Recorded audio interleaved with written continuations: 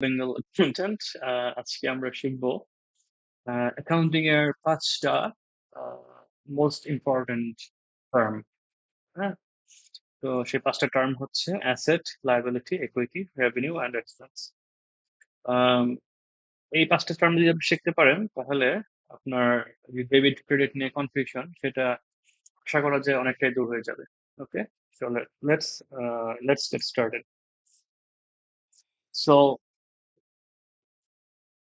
আম accounting একটা kind of a language, হ্যাঁ? এটা the language of money, language of transaction. এবং এই ল্যাঙ্গুয়েজটা শিখতে হলে আপনাকে এই ৫ টা বেসিক কোর টার্ম আপনাকে বুঝতে হবে।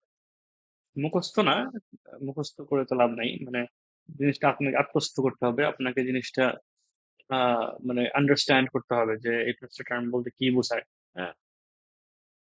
আম এই ৫ টা টার্ম দিয়ে আপনি আপনার মানে accounting equation, journal entry, financial statement সব জায়গায় লাগবে। হ্যাঁ? তো যখন আপনার এই কোর এই বেসটা আপনার স্ট্রং হয়ে যাবে তখন দেখবেন আপনার অন্যান্য জিনিসগুলো আস্তে, আস্তে সহজ হয়ে যাবে। হ্যাঁ? ওকে। সো এটা হচ্ছে অ্যাকাউন্টিং ইকুয়েশন। আম সবকিছুর একটা ফর্মুলা থাকে। অ্যাকাউন্টিং এর ফর্মুলা হচ্ছে যে বেসিক ফর্মুলা, কোর ফর্মুলা সেটা হচ্ছে assets equals to liabilities plus equity. মানে হচ্ছে নিট সম্পদ যেটা অ্যাসেট সেটা ইকুয়ালস হচ্ছে দেনা প্লাস মালিকানা। হ্যাঁ? আ এটা হচ্ছে অ্যাকাউন্টিং এর ব্যাকবোন বলতে পারেন আপনারা।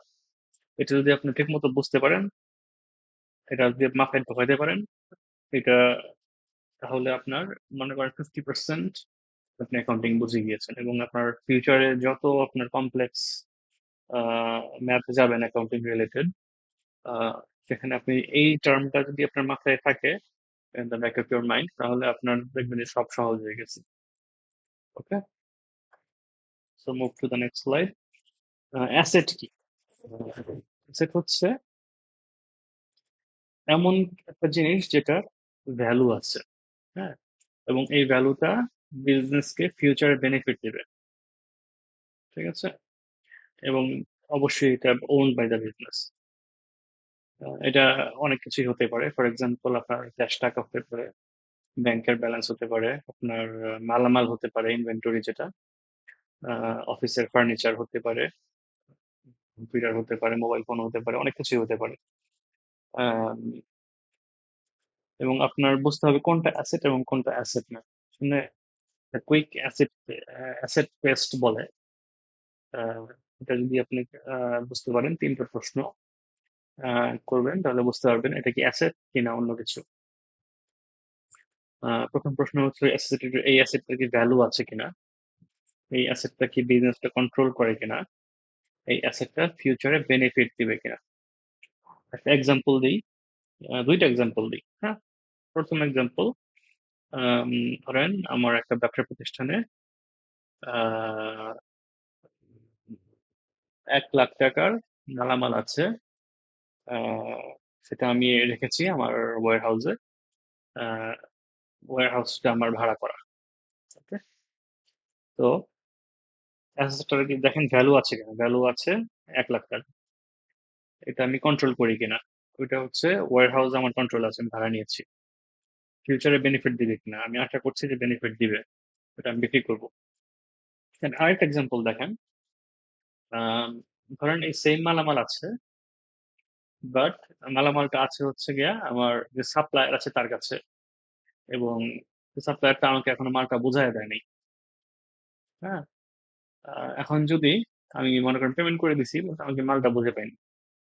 এখন যদি সেটা আমি আমার ইনভেন্টরিতে রেকর্ড করে দেই, তখন কিন্তু আমার অ্যাসেট টেস্টে সেটা পাস করল না। কারণ সেটার ভ্যালু আছে ঠিক আছে, বেনিফিটও দিবে ঠিক আছে, বাট সেটা আমার কন্ট্রোলে নাই। তো হইতে পারে যে আ একটা সাপ্লায়ার দিল না আমাকে মালটা। সে বলল যে, "ভাই নষ্ট হয়ে গেছে বা হারায় গেছে বা দিতে পারব না" সামথিং একটা এক্সকিউজ দিল। তখন কিন্তু আ সেটা আমার মানে রং রেকর্ডিং হলো। ঠিক আছে? সেরকমভাবে যদি বলি যে আমার মালটা আছে ঠিকই আমার ভাড়া করা ওয়্যারহাউস বা নিজস্ব ওয়্যারহাউসে আছে। বাট দেখলাম যে ওটার কোনো ভ্যালু নাই। ওটা একদম ডেপ্রিসিয়েট করে 0 হয়ে গেল বা নষ্ট হয়ে গেল মালটা। ধরেন পেঁয়াজ ছিল, পেঁয়াজ পচে গেছে। ওটার তো কোনো ভ্যালু নাই, ফিউচার কোনো বেনিফিট দিবেন, ওটা আমি সেল করতে পারবো না, তখন ওটার অ্যাসেট নাই, রাইট অফ করে দিতে হবে। ওকে, ওকে। এখন লায়াবিলিটি কি? লায়াবিলিটি মানে দেনা, অব্লিগেশন। লায়াবিলিটি মানে হচ্ছে আমার অন্যর কাছে, অন্যকে আপনার টাকা দিতে হবে, ঠিক আছে? For example bank loan. Bank loan, আমার আমার টাকা আমি ব্যাংককে দিব, মানে আমার টাকা না, আমি ব্যাংক থেকে নিয়েছিলাম, এখন ফেরত দিতে হবে। সাপ্লায়ার থেকে মাল নিয়েছি, টাকা দিই নাই, টাকা দিতে হবে। বাড়ি ভাড়া নিয়েছি, ভাড়া দিই নাই, ভাড়া দিতে হবে। এটা হচ্ছে দেনা, লায়াবিলিটি। Simple, straight forward. এখন একটা এক্সাম্পল দেখি লায়াবিলিটি। এটা বাংলাদেশে আসলে স্মল বিজনেসের ক্ষেত্রে তেমন একটা প্র্যাকটিস হয় না। but যারা একটু বড় বিজনেস করে তাদের এটা অনেক প্র্যাকটিস হয়, সেটা হচ্ছে ক্রেডিটে পারচেস করা। ক্রেডিটে পারচেস করা মানে হচ্ছে বাকিতে কেনা। হ্যাঁ, তো ধরেন আমি 10,000 টাকার মাল কিনলাম বাকিতে। সাপ্লায়ার আমাকে, আমি সাপ্লায়ারকে টাকাটা দেই নাই, আমি পরে দিব। ওদের সাথে আমার আন্ডারস্ট্যান্ডিং হয়েছে যে হয় মাল সেল করে দিব, না হলে 30 দিন 60 দিন পরে দিব। তো এটা যখন আমরা নিব, তখন লাইবিলিটি বেড়ে যাবে আমার বুকসে, কারণ সেটা আমি দেন আমাকে দিতে হবে এক সময়, এখনো দিই নাই যদিও। সো এটা আমি বেড়ে যাচ্ছে, তো আমার অ্যাকাউন্টস পেয়েবল যেটা, সেটা হচ্ছে গিয়ে ইনক্রিজ হবে, সাপ্লায়ার ডিউ যেটা। ওকে, এখন চলেন ইকুইটি চলে যাই। ইকুইটি হচ্ছে গিয়া যে ব্যবসার যে মালিক, তার মালিকানার যে অংশ, মূলধন যেটা বলা হয়, ঠিক আছে? তো মালিকের অংশ হচ্ছে ইকুইটি। এটা ধরেন আম, আপনি নিজে যখন মালিক হয়ে ব্যবসার ভিতরে টাকা ইনভেস্ট করবেন, সেটা হচ্ছে আপনার মূলধন। এছাড়াও আপনার আম, যখন আপনার ব্যবসায় প্রফিট হবে এবং প্রফিট আপনি তুলবেন না, ব্যবসায় রেখে দিলেন, তখন আপনার মূলধন বাড়বে, ঠিক আছে? তো আপনার অ্যাকাউন্টিং ইকুয়েশনটা মনে করে দিচ্ছি, সেটা হচ্ছে asset minus liability equals to equity. মূলধন ইকুয়ালস হচ্ছে কি অ্যাসেট মাইনাস লায়াবিলিটি। মানে আপনার যতগুলো অ্যাসেট আছে সেটা থেকে আপনি বাদ দিবেন আপনার দেনা যা আছে, যা বাকি থাকবে সেটা আপনার মূলধন। ওকে, রেভিনিউতে চলে যাই। রেভিনিউ হচ্ছে basically income, income from the business activity. আপনি যা সেল করবেন সেটাই রেভিনিউ, সহজ ভাষায়। এটা আয় বলা হয় বাংলায়। রেভিনিউ কিন্তু আবার ইয়ে না। ফর এক্সাম্পল একটা ব্যবসার ধরেন প্রোডাক্ট সেল করে কোনো একটা, ঠিক আছে? এখন সেই ব্যবসার আপনার মনে করেন কেউ একজন ওই ব্যবসার ভিতরে 5,000 টাকা আপনি দান করলো, ওই কোনো কারণে ওই ব্যবসাকে সে পছন্দ করে বা সামথিং, ওটা কিন্তু রেভিনিউ এর আন্ডারে যাবে না, ওটা যাবে আদার ইনকাম। ওটা অন্য অন্য আলাপ, যাই হোক। আম, তো এটা হচ্ছে গিয়ে প্রাইমারি যে আর্নিংটা, মানে বিজনেস অ্যাক্টিভিটি যেটা, সেটা থেকে যে ইনকাম, সেটাকে মেইনলি রেভিনিউ বলা হয়। সেলস বা যদি ফিজিক্যাল প্রোডাক্ট থাকে তাহলে সেলস ইনকাম, আর যদি সার্ভিস থাকে তাহলে সার্ভিস ইনকাম। আম, তো এটা খুবই সিম্পল। আপনি পেঁয়াজ বিক্রি করতেছেন, আপনি কম্পিউটার বিক্রি করতেছেন, অথবা আপনি হয়তো টিউশনি করাচ্ছেন, একটা সার্ভিস। অথবা হয়তো আম, আপনি অ্যাকাউন্টিং সার্ভিস প্রোভাইড করছেন, এটা একটা সার্ভিস। আপনি লয়ার সার্ভিস প্রোভাইড করছেন, এসব হচ্ছে ইনকাম। ওকে, এখন এক্সপেন্স কি? এক্সপেন্স মানে হচ্ছে খরচ, আপনার ব্যবসা রান করতে যে খরচটা হয়। আম, কিছু এক্সাম্পল দিয়ে বোঝাই সহজ ভাষায়। আপনার ব্যবসার প্রতিষ্ঠানের যে ভাড়া, যেই অফিসটা নিয়েছেন ভাড়া বা দোকান নিয়েছেন, দোকানের ভাড়া। তারপর আপনার কর্মচারীর বেতন বা আপনার নিজের বেতন, এটা উঠতে পারে। Electricity bill, utilities, gas bill, telephone bill. তারপর ধরেন যাতায়াত খরচ, বা মনে করেন যে অনেক সময় খরচ দেওয়া লাগে আপনার, শিপিং কস্ট। ধরেন আপনি অনলাইনে সেল করেন, প্রোডাক্ট আপনার পাঠাতে হয়, ওই খরচটা আপনার।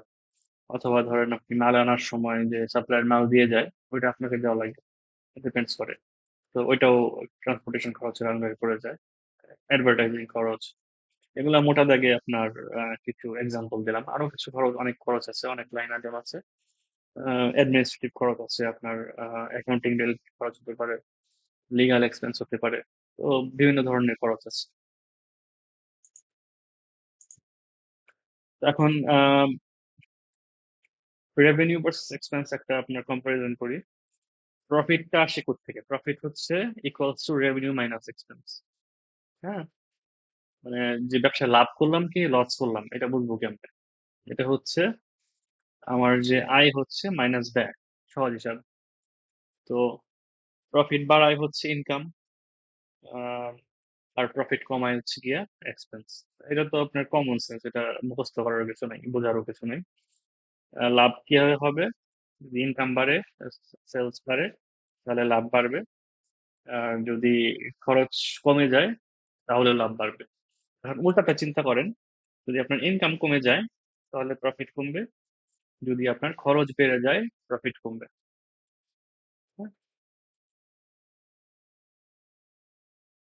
ওকে, এখন একটা মিনি কুইজ দিই আপনাদেরকে। আম,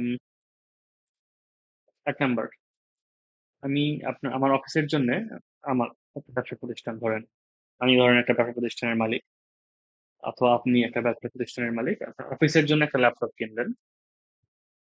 এটা কি অ্যাসেট নাকি এক্সপেন্স?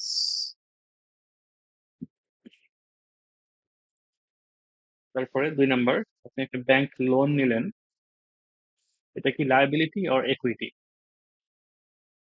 3 নাম্বার, আপনি বাসা ভাড়া দিলেন অথবা অফিস ভাড়া দিলেন, আপনার দোকান ভাড়া দিলেন, যেটাই হোক, ওই ভাড়াটা কি এক্সপেন্স নাকি অ্যাসেট? 4 নাম্বার হচ্ছে গিয়ে আপনি গুডস সেল করলেন, সোল্ড গুডস, ওটা কি আপনার রেভিনিউ নাকি অ্যাসেট? এই 4টা প্রশ্নের উত্তর আশা করি আপনারা আমাকে কমেন্ট সেকশনে জানাবেন। আমি চেষ্টা করব সবগুলো কমেন্টস দেখে আপনাদেরকে সঠিক উত্তরটা বলার জন্য, এবং কোনো কারেকশন থাকলে কারেকশন করে দেওয়ার জন্য। আর হচ্ছে যদি আমরা সামারি করি আমাদের আজকের ভিডিওটা, তাহলে আমরা বলতে পারি আমরা 5টা মোস্ট ইম্পর্টেন্ট অ্যাকাউন্টিং টার্মস শিখলাম। এটা হচ্ছে asset, liability, equity, revenue and expense. Asset যেটা হচ্ছে আমাদের সম্পদ, লায়াবিলিটি যেটা হচ্ছে আমাদের দেনা, equity হচ্ছে মূলধন, রেভিনিউ হচ্ছে আহ, আয়, আর এক্সপেন্স হচ্ছে ব্যয়।